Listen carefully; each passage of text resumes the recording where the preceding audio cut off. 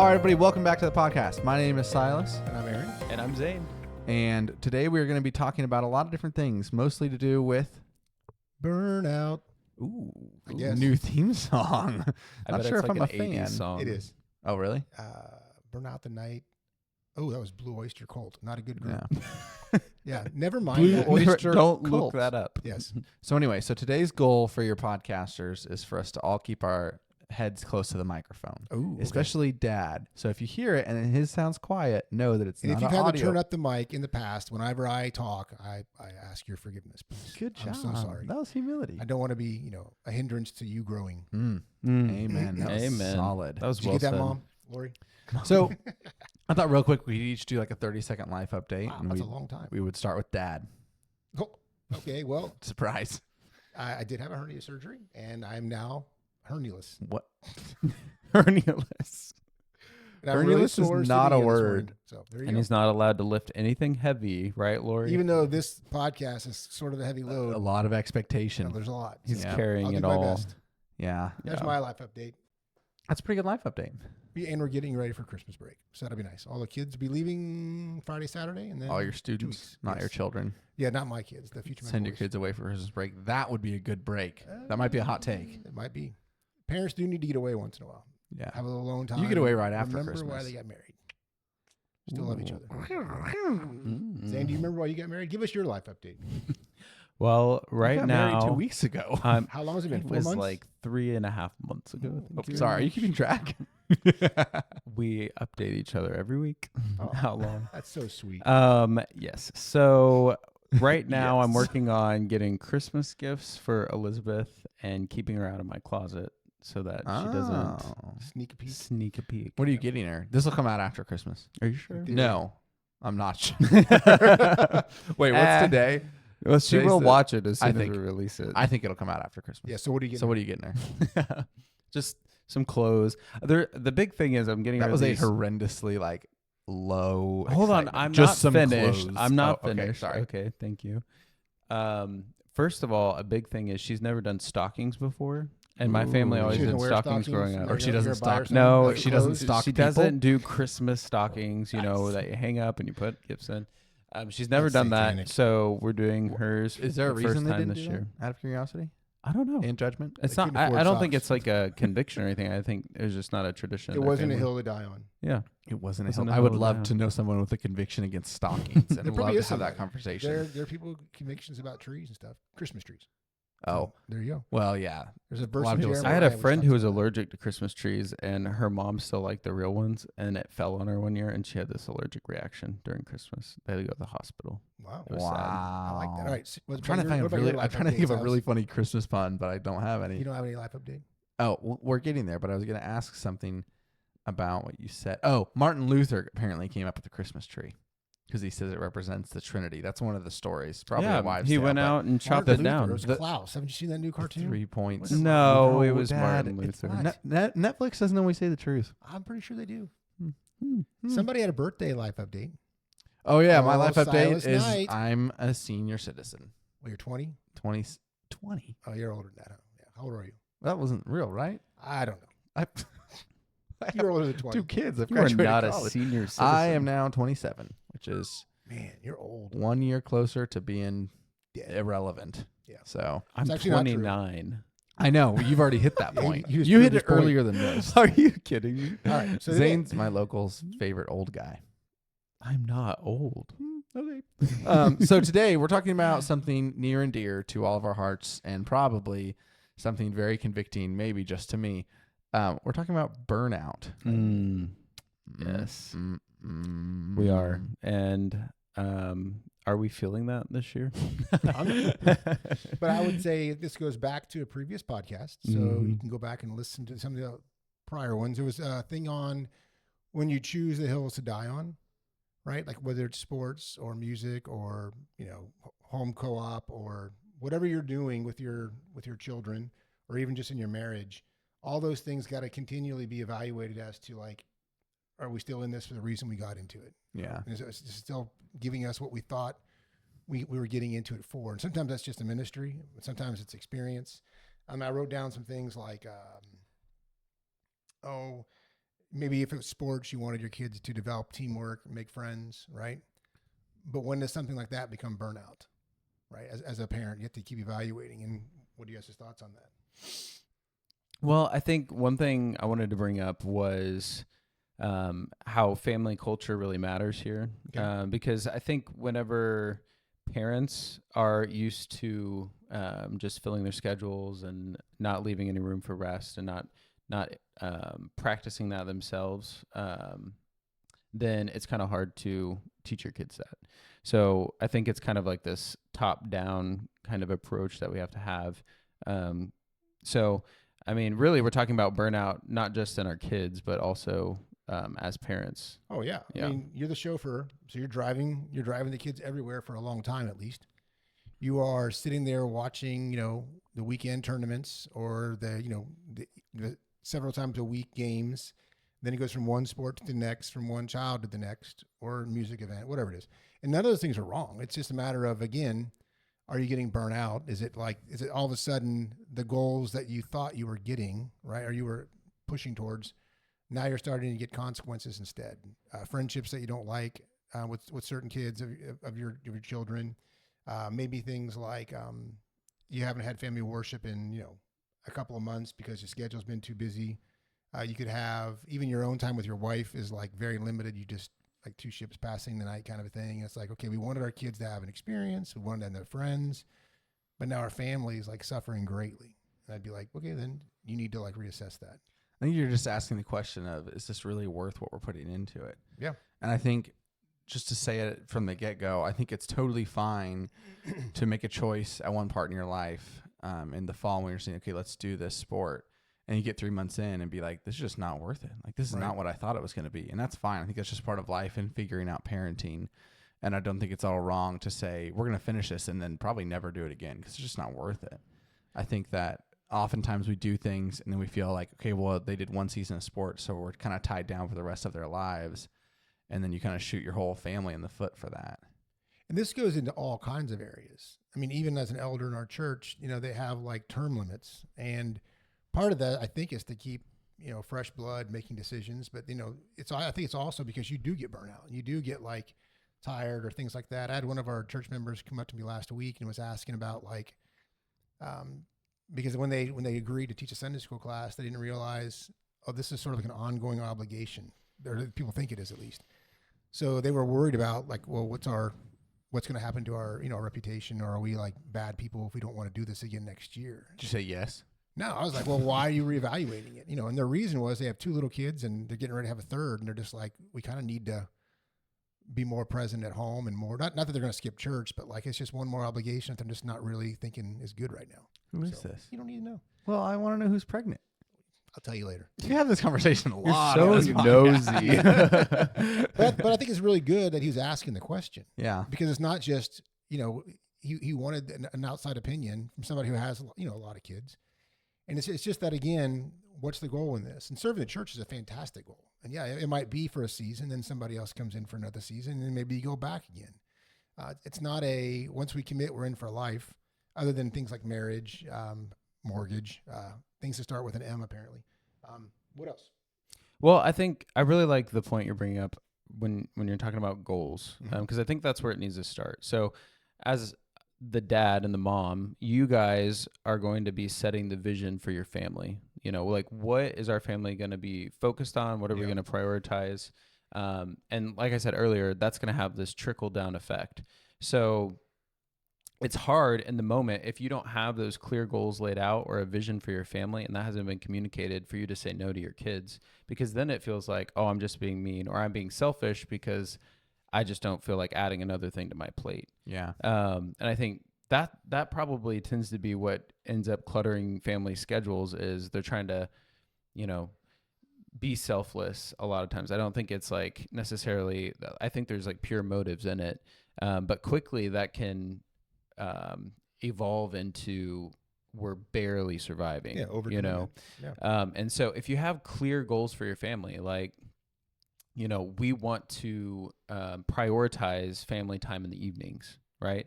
So then that automatically becomes a goal of yours, and anything else is secondary. Yeah. So if let's say there's like practice that happens 3 times a week at the time that you guys are able to do family time. It's like, well, sorry, this is not part of our priority as a family. Yeah.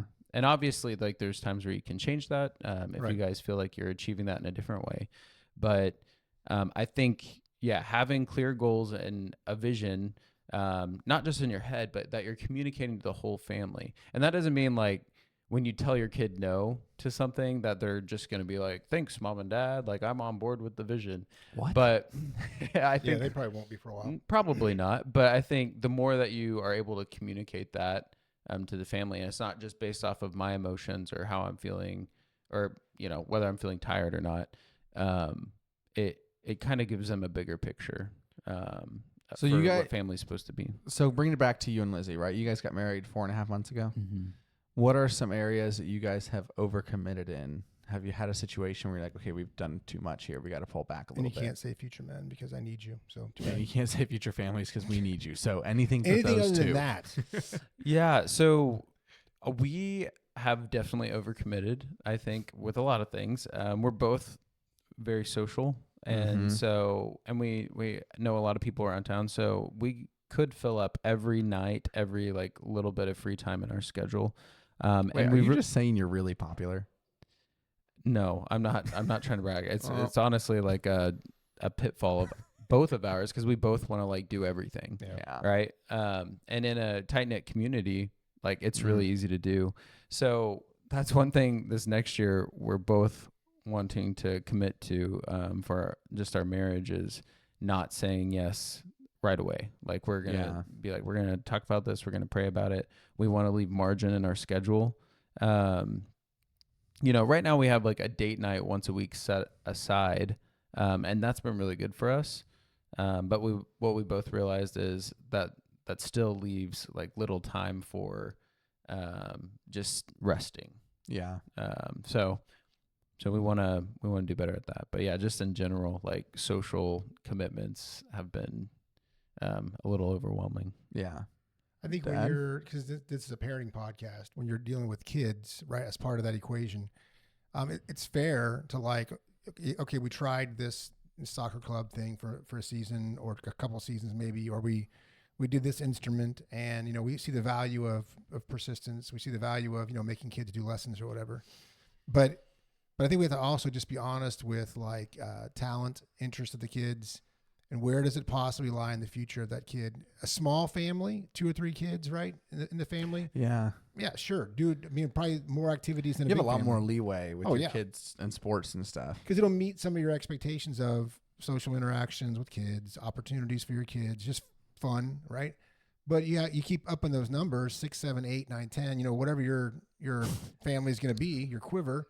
Then it's like, okay, now we're like getting into the fairness of every kid can't do something every season. We got to actually think about this a little bit. And then it's way more intentional. And I think it should be just as intentional with smaller families, but maybe for different reasons, right? Well, yeah, now I think it's a good time to talk about, I mean, not talk about necessarily, but it's not that any of us here, from my opinion, have anything against sports. Because that sort of is like the one that keeps getting brought up, is the kids in sports, because it does take a lot of time. But especially if you have like 1 or 2 kids, it's like, oh yeah, put them in basketball. Who cares? You got to be there 3 times a week. You could probably make that work depending on your schedule. But I think what happens when you have 5 kids and they all have something 3 times a week, well, that's 15 events now that are all at least an hour long that you're having to usually be there for, if not, like you said, just chauffeur back and forth. So I think it's just it's more a question of the time commitment than it is. There's nothing wrong with sports inherently. I mean, there could be things wrong with them. But. Well, and here's another one for our audience. I think this would be pretty prominent. But if you go to a bigger church, there's going to be a lot of activities throughout the week, programs, serving opportunities. Your initial feeling might be, oh, I should have my kid be involved, or I personally should be involved in all these things because, I want to serve in my local church. But I think, you got to remember what the priorities are, and does that fit even with like church activities? Yeah. Because there can burn out in the church. I've seen men in our church involve their families, and these men are personally involved, right? They're teaching classes, they're doing things, and then the kids, since they're already there, are doing things. That makes a lot of sense. That's good, right? The church definitely needs the body to function, so that's great. It's just a matter of just always evaluating and not just doing something because well, we did it, or we've been doing it, so we're going to keep doing it. I think evaluation is just wise. Do you have Acts 16, 6-7 on your phone? Acts 16, 6-7. And they went through the region of, I don't even know, and Galatia, having been forbidden by the Holy Spirit to speak the word in Asia. And when they had come up to Mysia, they attempted to go into Bithynia. You're really good at reading this. But the Spirit of Jesus did not allow them. I didn't read this before. So in the context of this verse, you might be wondering, what does that do with anything? But it's simply, it was part of their plan, right? And when Paul's missionary trips to like go and spread, the gospel to these different places. And at one point, the Holy Spirit was telling Paul, I don't want you to go there. I want you to bypass that city for whatever reason. We don't really know the reason, but it was like he had to reevaluate. He had to listen, have discernment. It wasn't just, well, they need the gospel too, because I'm sure they did.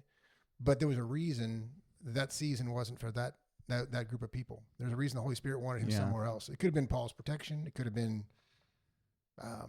those people weren't ready to hear. I don't know, because it doesn't tell us. It just says, don't go there. So he didn't, right? I wrote down costly change is better than comfortable drift.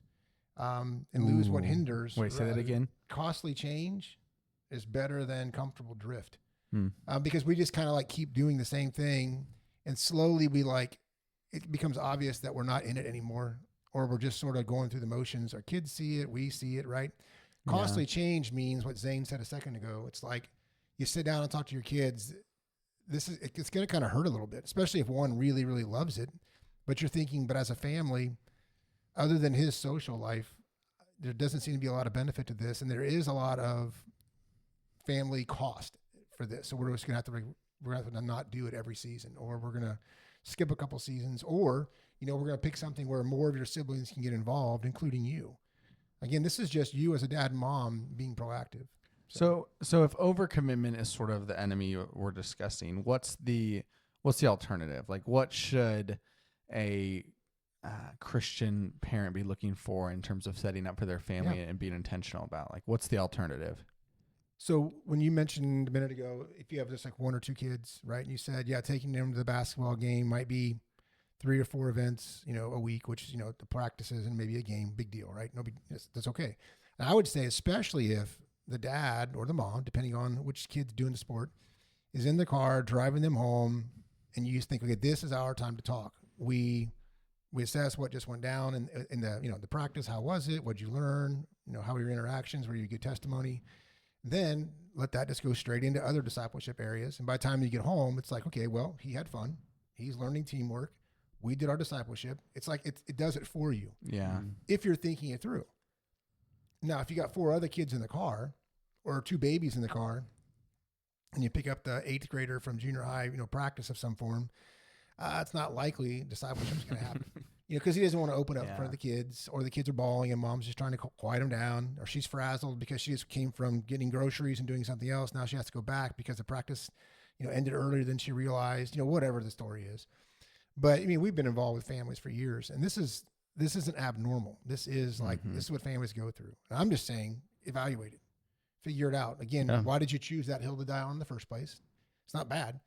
But are you still reaching that goal? Is that still, this is the reason we did it, and it's still serving that purpose? Or, that purpose really didn't come to fruition, and we're still just kind of doing it. So, okay, make a change. I think the key here, what you're saying, is be intentional. Yeah. Like, don't just sign up for soccer because everyone else is doing it.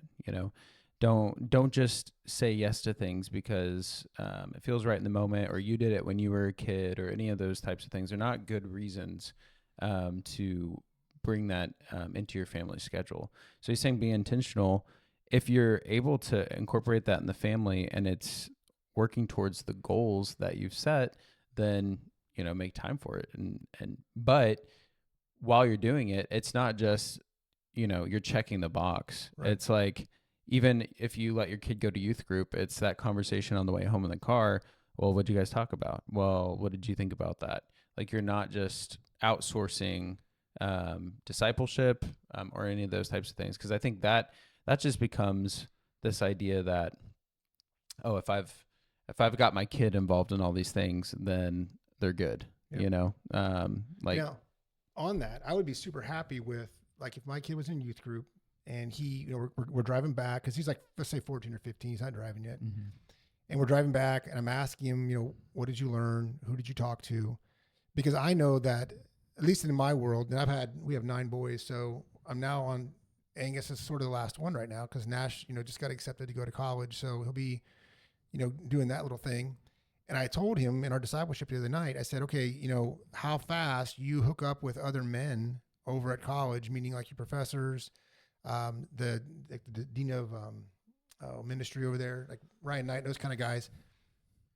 I still want to meet with you. I still want to be your dad, but I'm more excited that other men can pour into him. Yeah. So in a youth group, right? If you got, if you have a good youth pastor or there's some good helpers in the mix of that, and your son comes home with like, he's learning all this, he's learning different things, he's making friends, right? And I would just keep telling him, that's what future discipleship is going to look like. You go to activities at the church, you meet good people, you get to know them, have them get involved in your life and begin to grow right under another's tutelage. And that's an easy way to sort of like cut the cord very, very slowly over a period of a couple of years, rather than just you're 18, you're out of my house, and you haven't prepared them at all for finding future follow-up discipleship. Yeah. Because you need it. Or worse, you haven't been doing it, like you said. If that's just your excuse to put your, abdicate your authority on somebody else, that's bad. Or I think you said outsourcing. You don't want to do that. Yeah. So you just got to keep evaluating, is our family dynamic working with these activities, right? And if it is, great, awesome, keep doing it. But if it isn't, you could be setting yourself up for some burnout. Same thing with your job, right? When we think our jobs, we often say our jobs burn us out. Well, there's a reason, is because we've lost the focus of why we went there. And we've either bit off more areas than we thought we were going to, or it's not meeting the either financial goals or the spiritual goals, whatever we thought we were in it for, it isn't happening. It just feels like I'm just punching the clock. And it's like, well, you don't want that either. So there's been a big push in the last couple of years, because this is a popular subject, because I think it's a place a lot of families and individuals find themselves in, where they have overcommitted themselves. And so you have a lot of families and people that have overcommitted themselves and then find themselves like burnt out at the end of the year, or, school semester ends and you get sick immediately and you realize like, oh, I probably like way overdid it and pushed for 6 months. So there's been a big push in society, but especially in the church, I think, towards this idea of you should really be prioritizing rest and rest and rest. And so, but I think it's gone the other direction sometimes. Yeah. And so what are some, that's why I asked, like, what's the goal? Like, what's the alternative to overcommitment? Because I don't think it's actually rest. Because I think what happens is, or at least our current definition of rest, which typically tends to be self-care, do nothing, veg out on the couch, screen time, watch a football game, because this is how I really relax. You really relax by washing the dishes. It's like kind of like that. So what should be our audience right now, what should they be looking for in their definition of like resting? Well, I think Psalm 127:2 has been one of the most convicting verses of this year for me. Yeah. And it says, "It is vain that you rise up early and go late to rest, eating the bread of anxious toil, for he gives to his beloved sleep." Did I talk to you about this last week? No. This has been like in my head. That's a good verse. Oh, dang. Yeah. That means the Holy Spirit is in your head. So. It's called a holy echo, a sacred echo. I like that. Is that title of a book? That's Ted Cunningham. That's pretty good. Ted, shout out to you. Like and subscribe. Come on our podcast. Like and subscribe. No, actually, I went through this series on Sabbath earlier this year, and this was one of the verses that was brought up. And I think, kind of to answer your question, what God says that he gives his beloved here is sleep, something that's actually restorative, right? Yeah. And I think that's what we kind of don't take advantage of, because whenever, we're in between our commitments and everything, what do we tend to do? It's like, we're going to scroll. We're going to, like you said, veg out on the couch, catch up on our favorite TV series, fill our time with something else. Wood carve. No, wood carving's holy. Actually, I think wood carving could be restorative, but I think we got to remember Jesus, who should have been probably like the busiest person during his time here on earth, took time to go and pray and to sleep and to see the people that the rest of the culture ignored. And when his apostles were trying to rush him on to the next cities and stuff, he was taking time to go to the places that other people overlooked. And I think that teaches us something, because we want to do all the things. But even Jesus, who was God incarnate, knew that that was not necessary for his ministry. Well, and I think the difference between what we would call rest, this is the overgeneralized, the overgeneralized description here is, I'm going to go sit on the couch and kind of scroll through my phone because that's chilling for me. Versus, I would listen to this thing by Tim Tebow the other day. I've really liked Tim Tebow lately. He's kind of on one. But he said he was talking about this, man, I can't talk today. It's Gabe, okay. cut this out. We still love man, you, just not as much. Whew. He was talking about the idea that the church has gone so far into this rest thing. And he's like, dude, read your Bible. He says, like, what does Paul say? He says, run. What about running is restful? He's like, when you prioritize rest, which Jesus did do, but what was his rest? It was like communion with the Lord. It was going away to pray. It was going away to like be in the desert and fast, right? Like that was Jesus resting. It wasn't him scrolling or, I don't know what the equivalent of scrolling back then was, watching the sunrise. They had scrolls. They had real ones. So they were shooting scrolling. the breeze. They were still shooting scrolling. the breeze. But he said one of his biggest fears, and this has been like super pertinent lately, is I don't want to get to heaven and hear like you did a really great job resting. He's like, I want to hear like good job, well done, good and faithful servant. Not you got here well rested, great. Tim Tebow said that? Yeah. And so I really like that. And then he goes on to talk about the fact that like we are really good at being very intentional with things that really don't matter at all. It could be your job, because to a point your job matters. You should take pride in your work. Work is created by God. But oftentimes we're way more intentional and we care way more about hitting our work goals than we do our spiritual goals or when we come home and we're with our family. And I think he was talking about the fact that one of his biggest disappointments in life so far is that the thing he has suffered for most is football. He's like, that's a pretty stupid life. Like I've dedicated more time, more effort, more sweat, more tears, more discipline to football than anything else in my life. And he's like, I'm changing that now. But like, if I left that there, that would be a pretty bad representation of like what a Christ servant should be doing. And so I think it was very convicting on this idea that like, because we fall into we should rest, so let's chill. It's like, that's not really it. We should be resting in Christ. So when it's that rest of being intentional with your time to really prioritize your spiritual relationship with Christ, but then as the man and then as the parents, what's my family's spiritual relationship with Christ look like? And keep in mind, right? How old is Tim Tebow? Like 38 or something? It takes younger. He looks younger, but maybe he's just on that Botox. He's still pretty young. So he's like early 40s. No way. Or late 30s, early 40s. I'm going to look it up real quick. In his like, it's sort of a little bit of a pushback to him saying that. Not much, because I think that was pretty good. But reality is he's young, and he'll realize later that like a lot of men who work, right? Because football was 38. His work, right? Mm-hmm. So, you got to pay the dues a little bit. And that really gave him a lot of foundation to do what he's doing now. And he's still super young.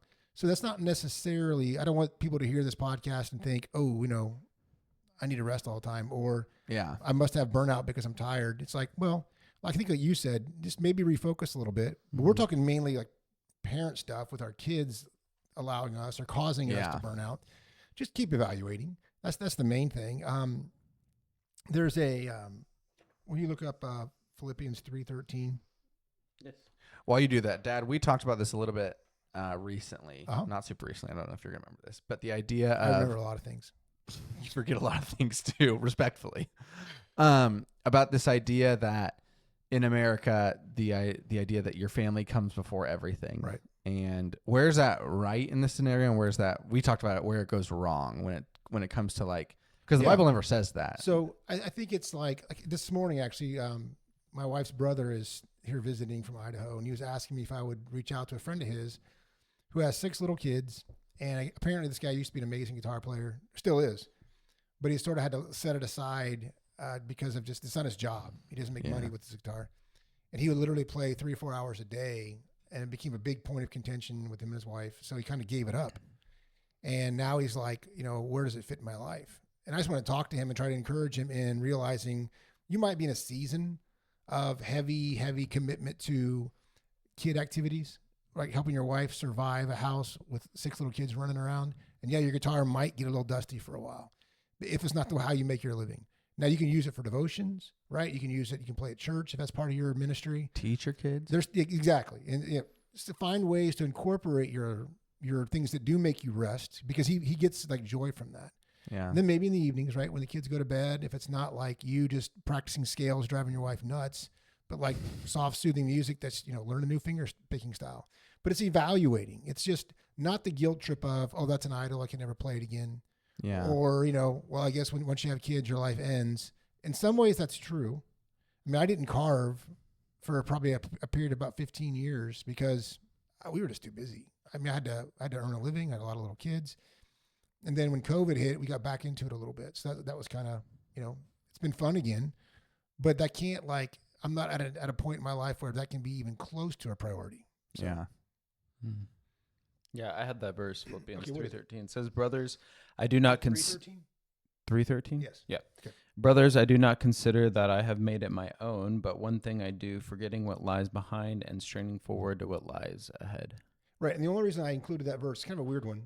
We get that a lot from when there's sin in our past, right? Don't let it bog you down, move on, ask for forgiveness and truck on, which is true. That's all great. And that verse does apply to that. But I think it also applies to this in the sense of, again, don't be afraid to reevaluate everything you're committed to. Mm-hmm. We were even when we were talking to that, Eric a few weeks ago about, his kids in public school. That's a constant evaluation. Oh yeah. I would never think, well, we made the decision, so we're in it. We're stuck. You don't lose your kid over a decision that might have been right for that season, but needs to be reevaluated, right? Parenting is like a living document, right? Your family style has to keep changing, so to speak, because your kids they're gonna grow up. The personalities are gonna be different. The dynamics are different when you add kids. So you just got to constantly be thinking, is what we're doing still working? Yeah. And if it isn't, okay, well, let's get rid of some stuff that we don't necessarily need, cut the baggage and really hone in on what's working. So. Yeah. This is a hard conversation because of how much life changes all the time. And I think the other thing that's important to talk through is the fact that God's going to call you to things that aren't going to be comfortable potentially for you or your family. And so, for instance, 2 or 3 years ago, Briar got in that big accident, right? Right. And she was in the hospital for 4 months. 4 months. Really? Was that long? It was a while. That's crazy. And your mom, mainly mom, she had to work, right? Was in the hospital 24/7 with her, partly because they wanted a parent, but also because mom's I'm not going to leave my kid here. And me and Jules would talk a lot because we tried to be up there as much as possible. And that started to hurt. Not necessarily hurt, but we definitely noticed our relationship was dang, every free moment we have, we're either driving to the hospital because it's an hour away, or we get home and we're exhausted because we've been in the hospital and emotionally available for her all day. Right. And so we had this conversation several times, but it was interesting because we had that conversation and that was a scenario where we're we know this isn't going to be forever. Right. And we know this is hopefully going to end relatively soon. So we're actually going to keep doing it, even though we know it's not quote unquote what's best for our relationship or healthiest for us. It's a sacrifice. And I think the part about everybody says, this is kind of a stupid quote, but everybody says they want to have a village, a big group of community that's always there for them. But part of that is being the villager, which is so cheesy, but you have to show up for people, and it's never going to be, very rarely is it easy to sacrifice for other people. And so when you're evaluating this with your family, it's also okay, especially if it's something that truly matters and you feel called to say, I know this is sort of hurting our family unit right now, and we're going to choose to do it anyway, not forever, but for this period of time because we feel like it's what God's calling us to right now. How do you balance that from your perspective? Where have you guys been with business, with friends, with kids? I mean, you could even talk through the same example with the hospital. How do you deal with that with a lot of kids? Well, yeah, I think it's, again, you're looking at every kid, every scenario, and it sounds weird to repeat it. You're just evaluating all the time. You're not just assuming because we started something, we have to finish it per se. I mean, you don't want to teach your kids to be quitters. There's so many different sides to this coin. That's what's hard. It just requires you to be thinking, okay, if I have time and I'm discipling my kids in this event, if I'm discipling my wife and I are healthy in this event, or even like you said, maybe we're not, but we see light at the end of the tunnel and we do feel like God wants us to finish what we started in this, right? You guys were a huge support for, especially mom, when you'd come to the hospital and visit her and Briar. And it was you were there more than I was, easily. And I was thinking, I want to be here for the rest of these kids because, we still have a lot of kids at home, and like just keeping the family running, food on the table, clean house, encouraging the kids and doing nightly devotions so their life continues as normal. It was important too, because it's just again, it's the whole picture. It's everything. So you just got to keep looking at it. We're not called to be just, I don't know, just cogs in a wheel. We have a purpose here. So you just want to make sure your goals, what you're trying to get out of that particular event is still happening. And sometimes it's strictly service to another person. Like I know that a friend of ours, Jeff Michelle, right, when his mom was dying, and that was a brutal time for him, but he lived at their house. Yeah. Taking care of her 24/7 because he didn't want to put her in a home. And it was like that. I guarantee that was taxing on his marriage, but he knew it would end. And it's like he wanted to like honor his mom and like do a very good job of seeing her, pass with him by her. And it was like, I don't think he has any regret on that. Yeah. But it wasn't like fun either. So it was one of those things where it's like, okay, what's it costing? So I'm sure he evaluated his relationship with his daughters and his wife, and he made decisions that have, repercussions. So I think you're just looking at it. I think the trap people fall into is not making the choice that might be a little bit harmful for a season, but it's making the choice without really considering it first and just saying yes because it seems like the right thing or it seems like the nice thing, which is, I fall into that trap all the time. I know you do too. Mm-hmm. And I think the mistake is just not thinking it through beforehand, because you can make the choice, but like you said, you have to know what it costs to make it. Yeah, and I think backing out later because we didn't count the cost is worse than counting the cost and saying no up front. Oh, yeah. Or a conditional yes. Hey, we'll do this, but we're going to have to after a few times of doing it, we want to reassess and make sure we're still on the same. It's getting what we all thought we were getting out of this. Yeah. And not necessarily like money or like, I'm getting, my accolades, but rather it's not just burning somebody out. And is it really producing what you thought it would? Yeah. So, anyway, those are my main ideas. Yeah. And I think maybe to just take this up to more of like a 50,000 foot view of what we're talking about. 50? Isn't it usually 30? 10,000 foot, I think 30 planes foot. fly at 33,000. Ben Rector's song says 30,000. So I think it's 30. Ben Rector's probably However right. high you want to be, okay? You're The hitting height you're doesn't hitting the really glass matter, dome. just the big picture. You're hitting the firmament. The firmament's up there, dude. All right. So anyway, I was thinking if we take it out, it's a little more vague of an idea, but really what we want to accomplish, hopefully, as Christians and as parents, or as like husband and wife, and leading our family, is we ultimately want to structure our life in a way that we are most able to glorify God with what He's given us. Amen. And I think there's a lot of options out there. There's a lot of things that we could do that could be good things to do. And I think at the beginning you said, oh, they're all good, right? You just have to evaluate for you what's best. Like everyone's going to be different, Every Christian household is going to prioritize different things, and that's going to be good and glorifying to God. They just have to walk in faithfulness. And I think it reminds me of Luke chapter 10, the story of Mary and Martha. I quote this all the time. Martha, quote it all the time. We talked about this the other day. Jesus says, Martha, Martha, you are anxious and troubled about many things, but one thing is necessary. Mary has chosen the good portion, which will not be taken away from her. And this was obviously a rebuke of Martha because she was getting irritated at Mary for not helping in the kitchen or whatever. But Martha had this view of, I'm trying to be faithful by going and doing and staying busy and doing all this stuff that I think needs to be done. And Jesus is saying, that Mary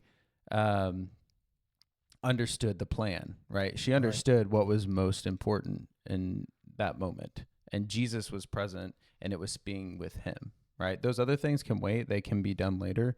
And I think we just have to realize, especially in this day and age, there are a lot of things that we could be doing. And I struggle with this when I'm like sitting at home and there's no plan, right? I'm like, okay, what do I need to do? What do I need to do? And I have like my laundry list of, I need to fix that. I need to go pick this up and all that. But I think maybe what we're trying to encourage everyone to do is just evaluate what is worth it.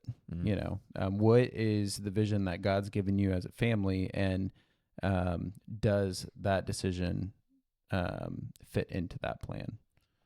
And there's nobody who's got it figured out. Yeah. So just as an encouragement to everybody out there, you just do your best.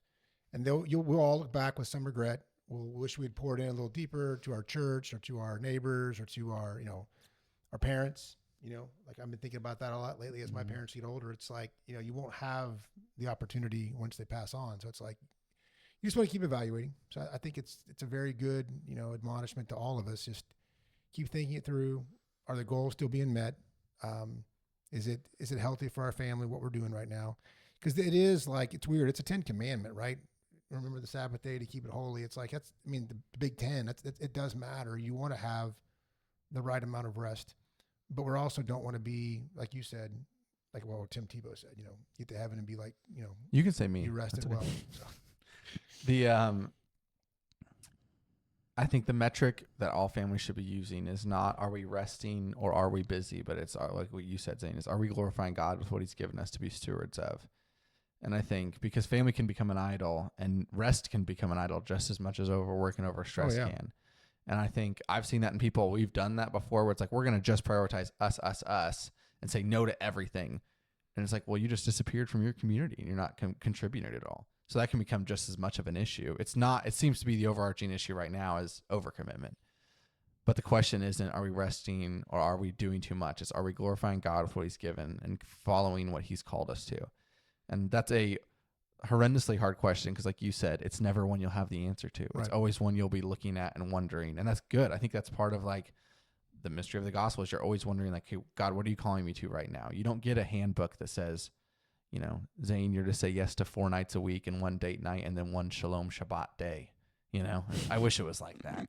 Well, I wish they didn't call it Shalom Shabbat because it's just a lot of syllables. It's fun. I don't really know what it cool. even actually stands for besides like just chilling, like rest day. Shalom. Sorry, not chilling, resting in the Lord. Chilling. Yeah. Not leading a cow more than 2 blocks, to its feed. So something like that. I think that's in Leviticus. I wish, honestly, sometimes I'm like the Levites, when they came up with They all, wrote it they out didn't for come you. up with all When that. God came up with all When God came up with all that, Well, I think they added. it did they? probably You did. say they added to the They Bible? definitely added. Oh, yeah. To the law. They added their own They added all these little parameters to what exactly that Okay, means. clearly it was spirit influencing because it's in the Bible, right? Well, he's saying extra biblical, like, right? But I'm saying just like laws. read like Leviticus, Deuteronomy's number. You read all those laws, and like that would have sucked. Yeah. However, it also kind of would have been nice to have a rubric. Yeah, you know what It's a you're little like I can lead my ox 1 block, and I know I'm perfect. I'm not going to take a step over 2. Oh, but I think that's kind of what Jesus's point was, though, and like he's saying, which Use of your you brain. which of you have actually like upheld this? Like it's too heavy of a burden. Like no one could live up to the law, and that's why I think when we get into this idea of busyness, it almost becomes like this weight of if I'm doing all the right things, then it's like I'm good. Yeah. Or it's this temptation to think I'm good if I'm doing all the right things, and it's like no. That's why Jesus came, to take that burden of the law off of us. Maybe the grass is just greener on the other side for me right now. Old covenant.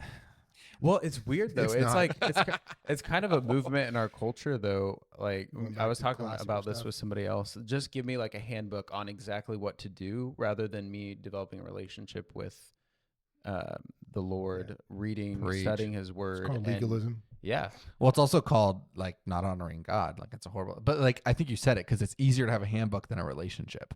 yeah, Yeah. yeah. And so Deep. That's another podcast. that is another podcast. Oh, he just dropped his pen. It's a pen drop. But if you want to hear that podcast, perfect transition, go subscribe to our YouTube channel and follow us on Spotify. And if you would leave a comment and a review, it would help us a ton. Please do.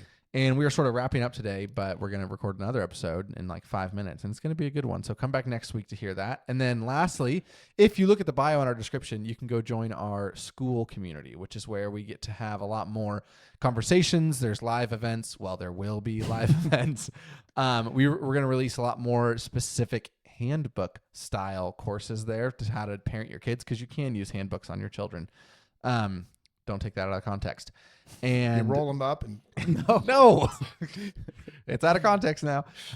So join the school Sorry. community. It's free right now, but it won't be free for long. And we are getting a lot of people over there, and it cuts off at a certain number, which I won't say. But if you want to get in sooner than later. Do all that. It helps us out a ton. And again, you can always email us at futurefamiliespod@gmail.com. Any questions or concerns you might have that we can answer. We forgot to answer a question. Oh, we'll answer it next podcast. Anyway, that's about it for this week. So we'll see you next week. thanks for tuning in. Bye.